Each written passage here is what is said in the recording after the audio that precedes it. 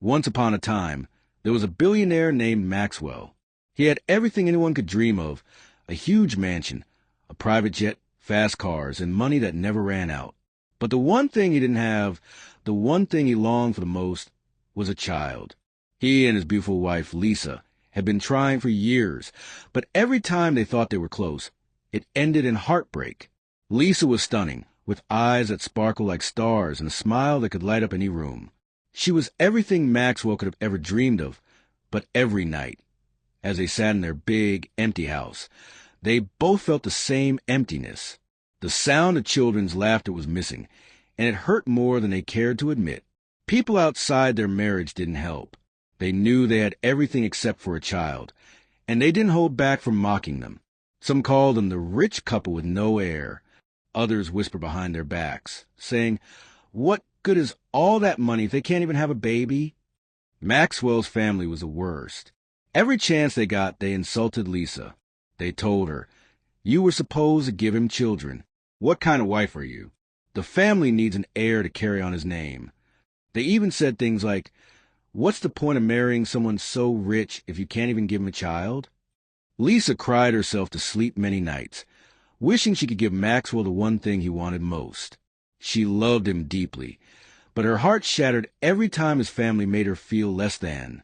She would try to stay strong, but the words cut through her like knives.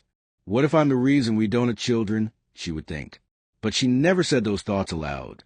She didn't want to burden Maxwell. After all, he already carried so much pain on his shoulders. Years passed, and with each passing year, the pressure grew. Maxwell's family continued to mock Lisa, and people in the town started to talk about them behind their backs. At every family gathering, the comments grew colder and more hurtful. "Is she really that beautiful if she can't give him a child?" one relative asked loudly during dinner, and everyone laughed. Maxwell felt the sting, but he said nothing, afraid to cause more problems. As the years went on, Lisa became quieter, her eyes more tired, and her spirit seemed to fade little by little. She had everything a woman could wish for, except the one thing that mattered most to her: the laughter of children, the pitter-patter of little feet running through their home. Maxwell noticed a change in her, but he didn't know what to do. He, too, felt the emptiness. They tried everything from expensive treatments to endless prayers, but nothing worked. Their hearts were slowly breaking under the weight of the years without a child. One day, when Maxwell was alone in his study, he stared out the window at the bright, endless sky. "How much longer can I bear this?" he thought. "How much longer can I watch my wife suffer?" In that moment, a decision formed in his heart. He stood up, walked to the phone, and called their doctor. "I don't care what it takes," he said. "Find a solution. I want to give my wife the family she deserves." Months passed, and though the process was exhausting and painful, Lisa underwent one last round of treatment. She didn't tell Maxwell how scared she was. She was afraid that if it failed, it would break them both forever. But Maxwell was there every step of the way, holding her hand, whispering words of encouragement.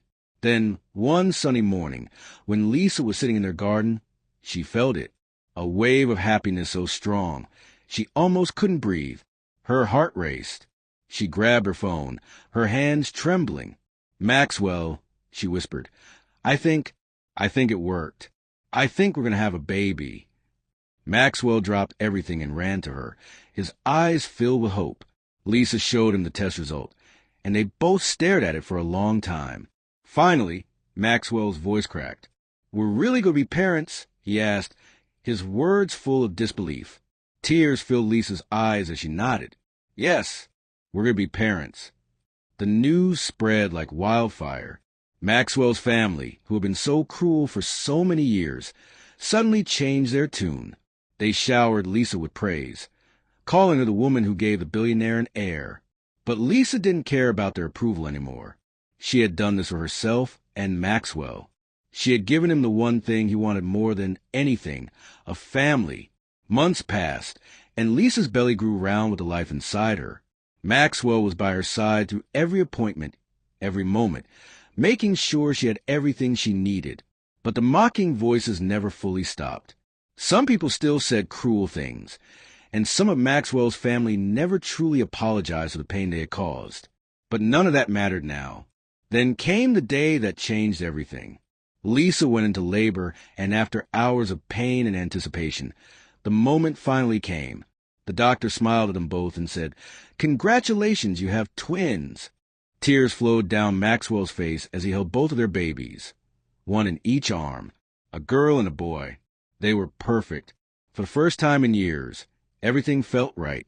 The empty house that had once echoed with silence now sang with the cries of two beautiful children. Maxwell and Lisa looked at each other, and in that moment, they knew they had been through a lot and back together, but their love and patience had paid off. Maxwell held Lisa close, whispering, "We did it. We have our family." Lisa smiled through her tears, looking at their twins. "We did it, and no one can ever take this away from us." As they looked at their children, they realized that all the money, the mansion, the cars, none of that mattered anymore. The love they had for each other and the family they had built was worth more than all the wealth in the world. And as for the people who had mocked them for so many years, well, they would never know the true depth of the love that Maxwell and Lisa shared.